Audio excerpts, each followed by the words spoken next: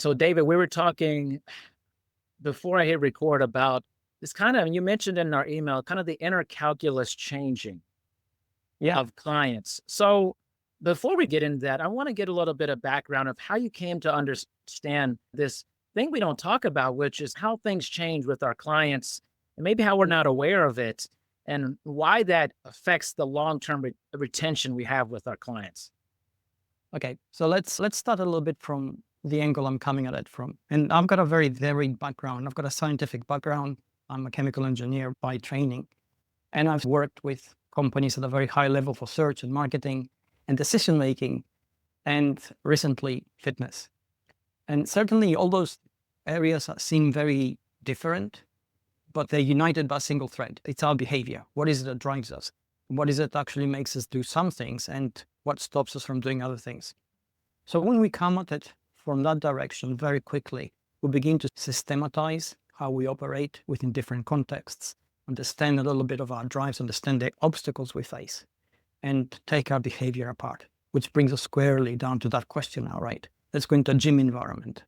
And take the average client who actually has made the leap. They've parted with their money. They're convinced that this is what they need. They think, okay, I'm going to commit. I'm going to go and work with a trainer, and he's going to solve my perceived problem, which is essentially to be healthy and to be fit and to be strong. And we know from the figures every year, right? We come to January, and by the middle of January, we have a dropout rate of about 35 to 40%. By the middle of February, we're down to about 55 to 60%. And then from the 40% that we actually retain, only about 30% come regularly. And then we're probably going to retain between 15 and 18% of those clients. So it's pretty bad. And it happens every year. If it happens every year, we understand that the motivation is there. People actually are parting with their money. They're making plans in their heads. They're coming to the gym prepared to work. And then there's a disconnect somewhere. And that's what we actually need to look at. And here's what we know from neuroscience. We know that essentially every decision we make is emotional, and then we apply logic in order to justify it. So a client coming to a gym, to a trainer, they'll tell him, the classic question is, why are you here? They'll give you all sorts of things, right? Some are fitness, kids, grandchildren, all those things. I want to be better. I want to lose weight. I want to look stronger, all those elements. And the trainer, being a professional, will accept them at face value, put together a plan, and try and work with that client to meet those goals. And in the process, most of the time, there's going to be a disconnect as the client draws further and further away, and the trainer won't always know why. And this is where that calculus comes in. If we exercise, that's a stressor to ourselves. And that stressor, we are hardwired to avoid. So if we are actually willing to put ourselves through it, the moment we make that decision, we have calculated a specific value in terms of the outcomes we're going to receive. So if I come to you and I say, okay, it's January now, by May, I want to look stronger. And you put me through my paces, and it's hard, right? And you don't let me slack off. You don't let me drop out. You push me every way. You try to understand what it is that's stopping me, because I want to look stronger. And then I stop coming a little bit because, I'm busy, I'm stressed, and life gets messy. And then I drop out for a couple of weeks, and then I come back and I say, yeah, it's hard, I'm going to do it, but now I'm not really into it. And you can't understand what's changed. I was going so well. And this is what has changed. As our own understanding of what we want evolves, our emotional connection with the perceived value of what we're going to do changes, which means that then the stressor we're undergoing elevates. It's too hard. If we want something really badly, we are willing to undergo a lot of difficult things in order to get it because it means a lot to us. And most trainers fail because it's not their job, right? They're not there to psychoanalyze everybody who comes to them. But really what they need to do is exactly that in a very gentle, non-prying way. They need to understand that clients will evolve. They need to understand that there is a mechanism in our head which is called temporal discounting. Essentially, when I come in January, when I'm fresh because, I had Christmas holidays and I feel chilled and relaxed, I'm projecting an image of myself from the present, which is not going to be the same come February or come March, when life is going to be difficult, things will get hard, the work will get stressful. And let's face it, the training itself will be harder and the results harder to show because I'm further down the line now. I'm a little bit fitter, so I'm not getting as strong as I thought. I'm not getting as lean as I thought, as quickly as I expected. I failed to understand all this. I'm thinking, maybe the trainer is not very good. Maybe the gym is not very good. Maybe, I should drop this and come back later. And that's where the disconnect happens. So really, we need to say, okay, how do we solve this? Because that's what it is. And there's a hard way to do this and an easy way to do this. Let's start with the easy way. The easy way is by basically working with people to help them understand who they are. And this happens within the social context of the trainer-trainee relationship. If we establish that connection and gradually help them to understand who they are, then the why of what they're doing is going to evolve. But more importantly, because of that connection, our own understanding of their own motivation is going to evolve. Trainers try usually within the context of that relationship, most times to use a few tried and tested ways. One is encouragement. Yes, you can do this, and constantly encourage. Second thing is a little bit of shaming. Why you shouldn't be doing this, you should be doing better. And then the other one is like a kind of camaraderie approach where come on, bro, you can do it. You can be as good as I can. Thinking that this will create that kind of bond. And those things don't always work because from the trainee's perspective, the trainer is an idealized and almost impossible goal to get. You're fit already. This is your job. You're already trained. They see you do something and it looks easy. They try to do it and they find it hard. And the first thing they think is, I'm failing. I'm not as good. I'm disappointed in the trainer. I'm disappointing myself. This is not for me. So essentially, by changing that relationship, by beginning to pry the emotional cover that most people have, so that they can begin to understand their who better, then they begin to connect that why. And at that point, the equation where they begin to value the stress they get, how difficult it is for what they're actually going to get, changes as they evolve. And that is long-term, because where you started off from is not going to be where you're going to be midway through the year. It's not going to be where you're going to be next year. And this is the point where within most gym contexts, it doesn't actually happen. That connection is lacking. Yeah, most definitely. David, you speak my language. So what was interesting when you reached out to me and I saw this part of your email, what resonated, it was a very stark resignation to me, like resonating feeling, because the majority of I've been a trainer for 24 years and the majority of my clients have been with me for a gigantic amount of time. My longest being 18 years, many of them 12, 13, 14 years. Oh. And one of that long-term retention, I was like, I have that, but I don't think I've ever talked to anyone about it publicly, about the calculus I've done with them. But I wanted it from a neuroscience approach that I didn't have, that you have. Talk about it. For me, it's very much a feeling, how I understand the evolution of a human. My doctorate's in behavior modification, so I have some idea. But I look at it also too as I just know that the things that are going on inside are going to change over time. What they desire now with me will change over time with me the longer I'm with them. What they desire for the outcome often changes too, drastically. Yes. They may have come into the door, I really want to have a higher VO2 max, I'm focused on this. And then 15 years later, I just want to be really functional. As I age, I'm not too concerned about reaching this metric. I want to be able to get off the ground really well. I don't want to fall. I always understand that these priorities change and I check in on it.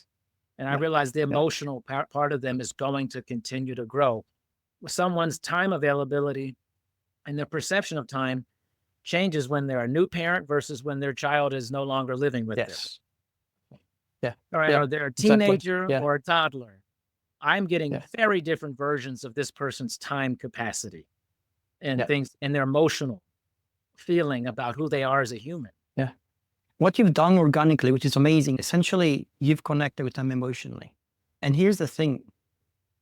When we are emotionally driven by, when we're driven by our emotions, we also begin to feel there's an evolution of how we perform. If, for instance, I come to you, I have this intellectual image in my head of how I want to look. I have this perception that it's going to be easy. And then I abdicate responsibility from me to you because you're the trainer. So now I'm taking no responsibility for my actions. And I'm thinking you're responsible for making me look like this. And obviously it's not going to happen because you only have a little slice of my time. And the rest of the time, I'm just doing not enough to support that.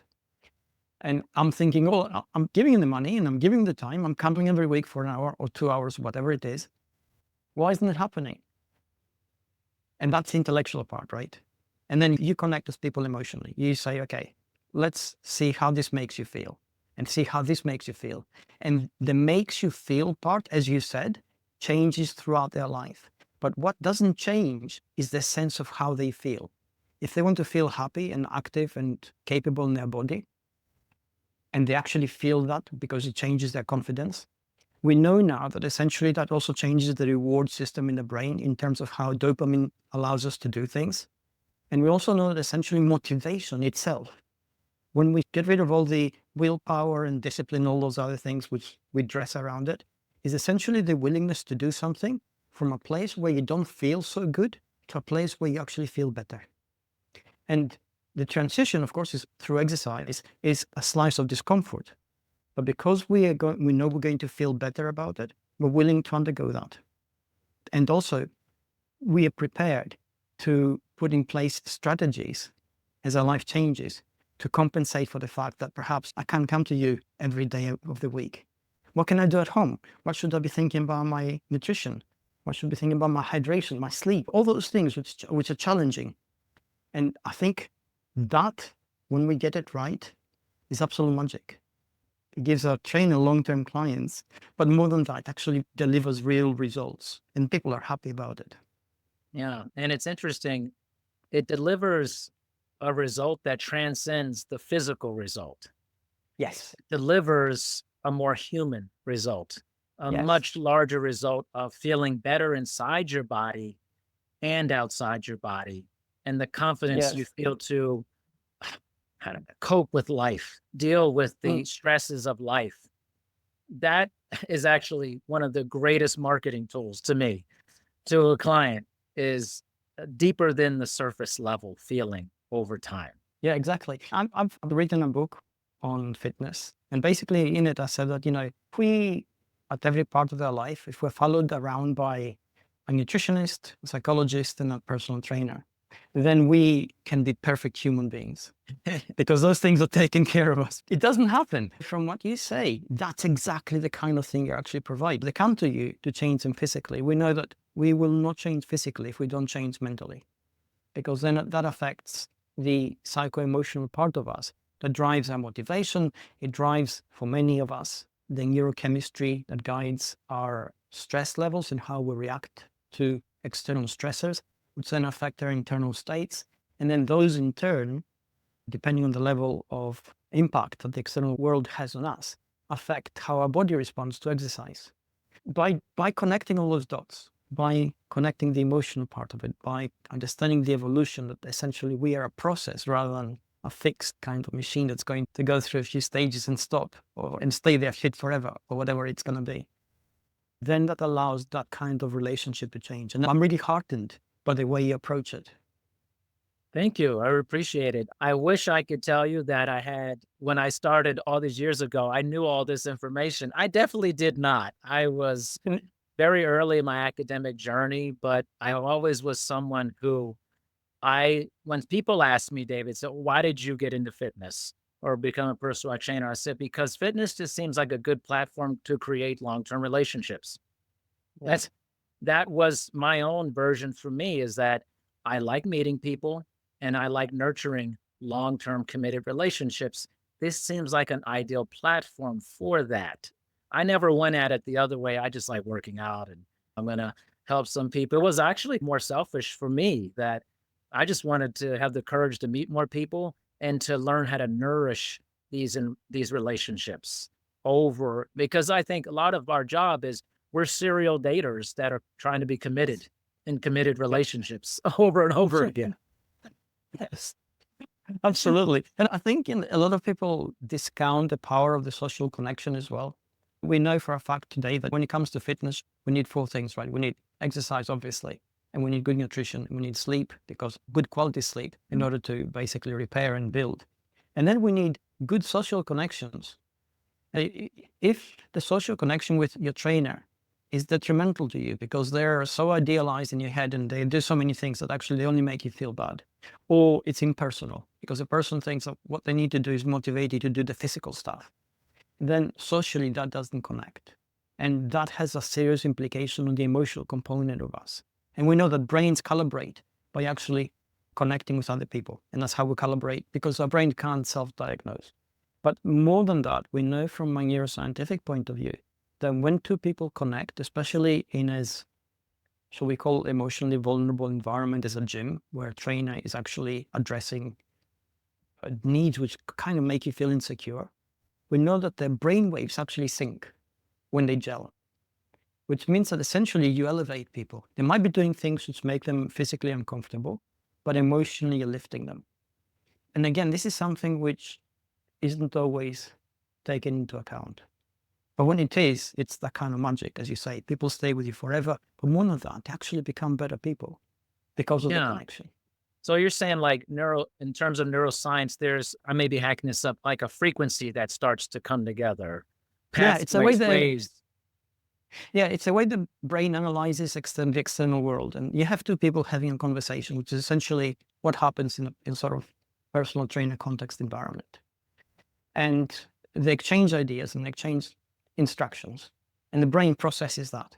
And they basically, if we could actually, when they gel, if we actually take an fMRI shot of their brains, the brainwaves which are involved in that kind of analysis are almost identical. And that shows that their worldview at that point has synced. They're what we would call on the same page, both of them.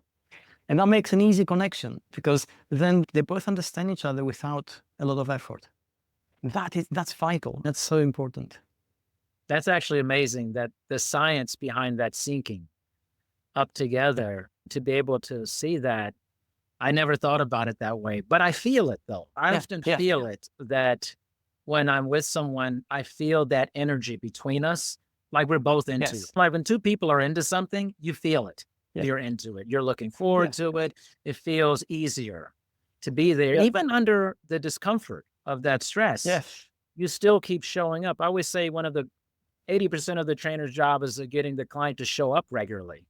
If a person shows up regularly, willingly, regularly, you've done a huge service already. You have already created a very successful situation. That means that emotionally they also feel that connection. So they feel that it doesn't matter how hard the training is, you elevate them. They actually sense that.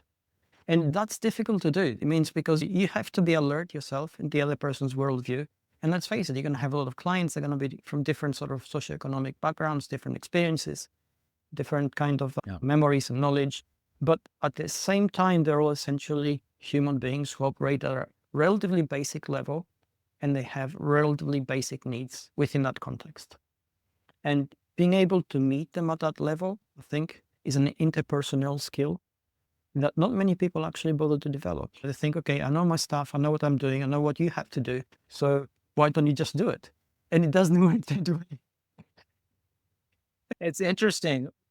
I want to ask this. You said people don't usually bother to do it. Why? Why do you think that? It's energetically expensive. You know from yourself, when you work with clients, essentially you don't just tell them things which they do. You put part of yourself out there. At the end of the day, you feel a little bit drained yourself because of that energy output involved in the connection. And you are building connections with them. That's why it's so difficult. It's like with friends. If you have regular friends, what do? You don't just go out with them every so often. Occasionally, you'll just check up on them. You'll send them a text, a quick phone call, say, how you doing, bro? Are you okay? All these things take thinking, they take energy to maintain that relationship. So it's no different when you have a client in front of you who has a world of problems around them which you don't see. They come to you and now you have to decompress them, get them back to where you need them to be on a baseline level so they can actually function, and then build them up a little bit and sync with them. And all that is energetically expensive. When you do it, it's not just professional, but it's also responsible because you're responsible for them. That's powerful. I haven't heard the responsibility part before. That's so powerful, though. I want to go back to you were talking about there's an easy way and there's a hard way to do this. And you mentioned the easy way, just the encouragement or or a not a great way, shaming people upward. What's the harder way? And scientifically, what's the best way to get to the harder way that I felt myself to that way? But I would love to hear from you the harder way more scientifically. The hard way is to go inside, to essentially help the person identify who they are in that particular moment. And also understand, because if they understand that, if they begin to understand who they are, and most of us don't, right? When it comes to our identity, we have two parts. We have the ascribed part, which is the external world that tells us you're a student, you're a father, you're a worker, you're a boss, whatever it is. All those labels come with expectations. They come with a sort of a job description, which most of us are happy to follow because they make the external part of our life easier, right? Because we fit in. And then there's the avowed part of our identity. It's what we want really deep inside. And a lot of the times those things don't sync. And truly, for somebody to stick with you on something as difficult as a physical transformation that has a mental and a psychological component, you have to get them to sync a little bit inside. So they're not constantly fighting against themselves, which means then they don't subconsciously fight against you as you guide them. So the difficult part is that, because essentially it's even more draining than just making this emotional connection with people. You have to basically employ a lot of empathy to feel the particular situation, and that's draining. And we know that empathy is essentially a skill. It's not just an emotion, it's a brain's ability to project ourselves into somebody else, visualize what they're going through, and then find a way to guide them. And energetically for us, that is really expensive. It's a skill which the brain actually uses a lot of energy to do. That's the hard part. And I think within the context of a day, there's only so many times you can actually go into it and come out okay without feeling drained. I'm curious if you think that this is something that is, how is it, teachable on a large scale to a lot of trainers, or is this maybe something that's just not as applicable to a lot of trainers based off of personality? I know that's on a spectrum of different things, but or that just their desire to want to actually do it, like the energy. What are your thoughts about that? I'm curious about it. It's interesting, right? Okay, I employed something differently in a massive workforce for a client, which had to do, it is almost 250,000 people in that workforce. And as you can imagine, incredibly different levels of motivation and skill sets. And they all had to work within a certain parameter in the customer service. And what we found was magic is that we simplified it. We said, you treat people like you want to be treated. And we actually backed it up at every step of the way. And it worked. There were exceptions, but the majority of it flowed. We can take that into a large scale fitness industry, large gym. You say, we've all been through the physical stuff. We understand how difficult it is. And we've reached a level, but it's humbling going through it. And these people are struggling without our own understanding and skill set and motivation. How would we want to be treated if we were in their shoes? We'd want to be, hey, you want to get fit, you do this, you lift this, you run there, you do it 3 times a week for a month or 2. Or do we understand that, hey, it's difficult because you're not as motivated because you have a gazillion things in your mind. It's difficult because the moment you leave the gym, the external world overloads you with demands. It's difficult because your own life is complicated and it's emotionally draining, which means it is physically draining, apart from what you do at the gym. And if we take all those things, then our job as a trainer would be, how do we make some of those obstacles appear less difficult or go away? How do we make that process a little bit easier for you so you can accomplish what you want with a little bit less effort? And I think that approach, which has kindness and empathy in it, goes such a long way at achieving remarkable results. If we employ that consistently, we wouldn't be seeing those figures we see every year, which are appalling, right? January peak, by mid-March, we're crying in our coffee kind of thing. We say, why are people not Yeah. motivated? Yeah. I'm just endlessly fascinated by this just because it's the great unknown in our industry, but the great known part as well. And Yeah. trying to get a frequency, you talk about those waves, to get that together in the fitness industries. This is the sauce. This is the sauce here. This is how we make this pasta. Okay. This is the Yes. sauce. But we keep trying to put bad ingredients into this meal. It's like, just work harder. Just, why aren't you showing up? And we shame people. We shame our clients into trying to show up. And then we shame ourselves as well Yeah. by not Yeah. understanding our own calculus in the Yes. business and not understanding who we are and why we're doing this for that. Yes. Yeah. The great disconnect often is there in Mm. that as well. Yeah, absolutely. And I think what you said is magic, right? Because a lot of the times, the context around us as fitness trainers, fitness instructors, allows us to forget our own path, our own duty, right? And then we become like drill sergeants inside, where we shout commands and expect them to be obeyed, thinking that's the way. Yeah, exactly. This is just wonderful stuff. David, I appreciate you giving me some of your time and just great Thank you so information. much. Just Thank you.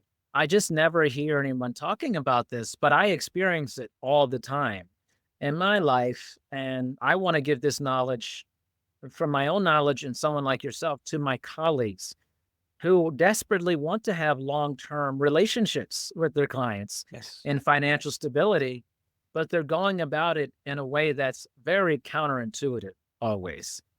Yeah. Let's plug in the plug together. Yeah. Right. Let's do that. Yeah, absolutely. And I think having this kind of information is exactly part of what will shift things in the right direction. So I really appreciate what you're doing. Thank you so much. And I would love for just in this that we'll have your show notes and stuff, but if you could mention a little bit how people can connect more with your path in this and just more of your work. Yeah. You can find me at davidamerland.com, and you can just Google me and all my Okay. socials will show up.